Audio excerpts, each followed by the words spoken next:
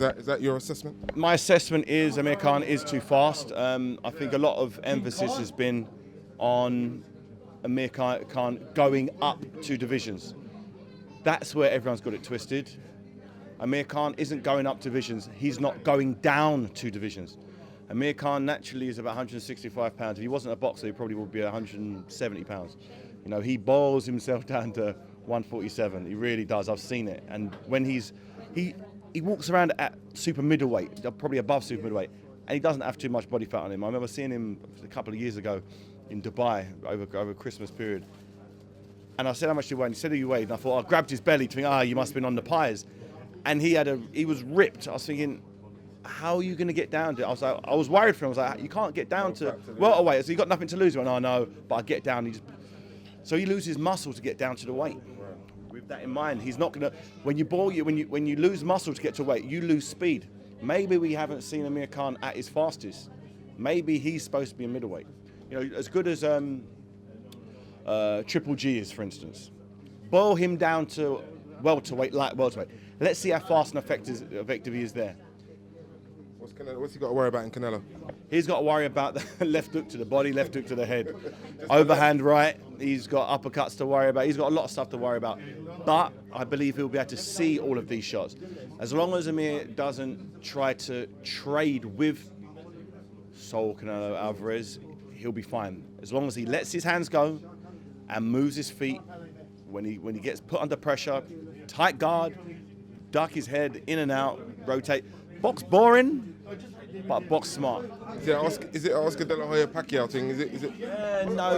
No, it's not. No. Manny Pacquiao is a very aggressive fighter, and his style's he's a southpaw for one, and he comes from angles and he's just pressure with movement. Amir Khan doesn't need to do that in this fight.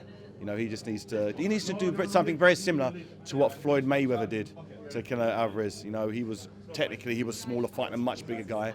But when you watch the fight, it didn't seem that way. It didn't seem that way at all. You know, he had the ring gentlemanship to really nullify the bigger guy. You know, I'm used to fighting big guys myself, and I've been hurt a lot less since I've been fighting bigger guys. Is that because I'm a natural heavyweight? Is it because I can see the punches coming? Is it because the punches are slower? I don't know. But I found I get hurt less at heavyweight than I did at cruiserweight. I got knocked down more at cruiserweight than I have at heavyweight. Next for me, fighting May 21st at the O2 Arena. Working on a few opponents at the moment. Everything's looking good. I'm more excited about this fight, to be honest. Let's talk about this fight. This one is one of those great fights that, you know, I'm gonna try to get out to, because I'm fighting. Was it 3 weeks later? It might be taking it. It's doable, but it might mess up my. 3 weeks is when I'm in my heavy sparring, so I'm not sure if I could get away because the time difference and the jet lag and catching a cold on the flight and back and in Vegas and parties, and I'm not sure it's the place for me to. Know the lifestyle you live. If there's any way possible to do it, maybe just literally fly in for the fight and then fly back out. Anthony Joshua, Charles Martin, last question. Anthony Joshua, Charles Martin, great fight. I got my fingers crossed for Anthony Joshua. I really want him to win that fight.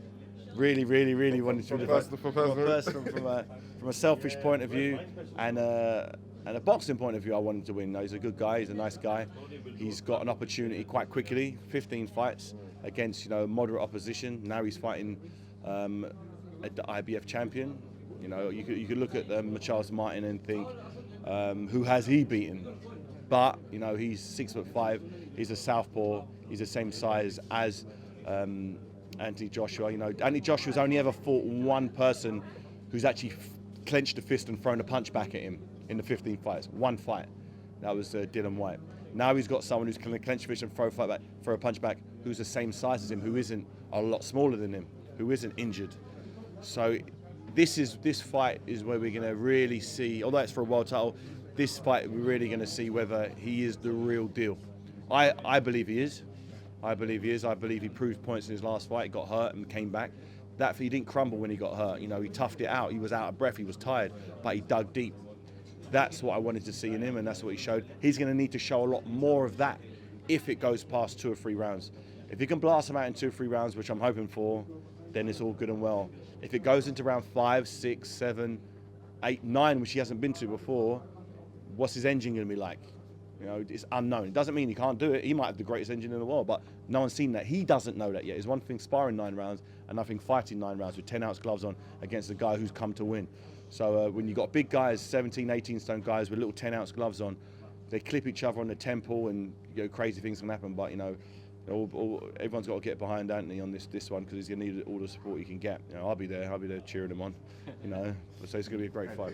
Thanks, yeah. Thanks for your time. I've got some kids.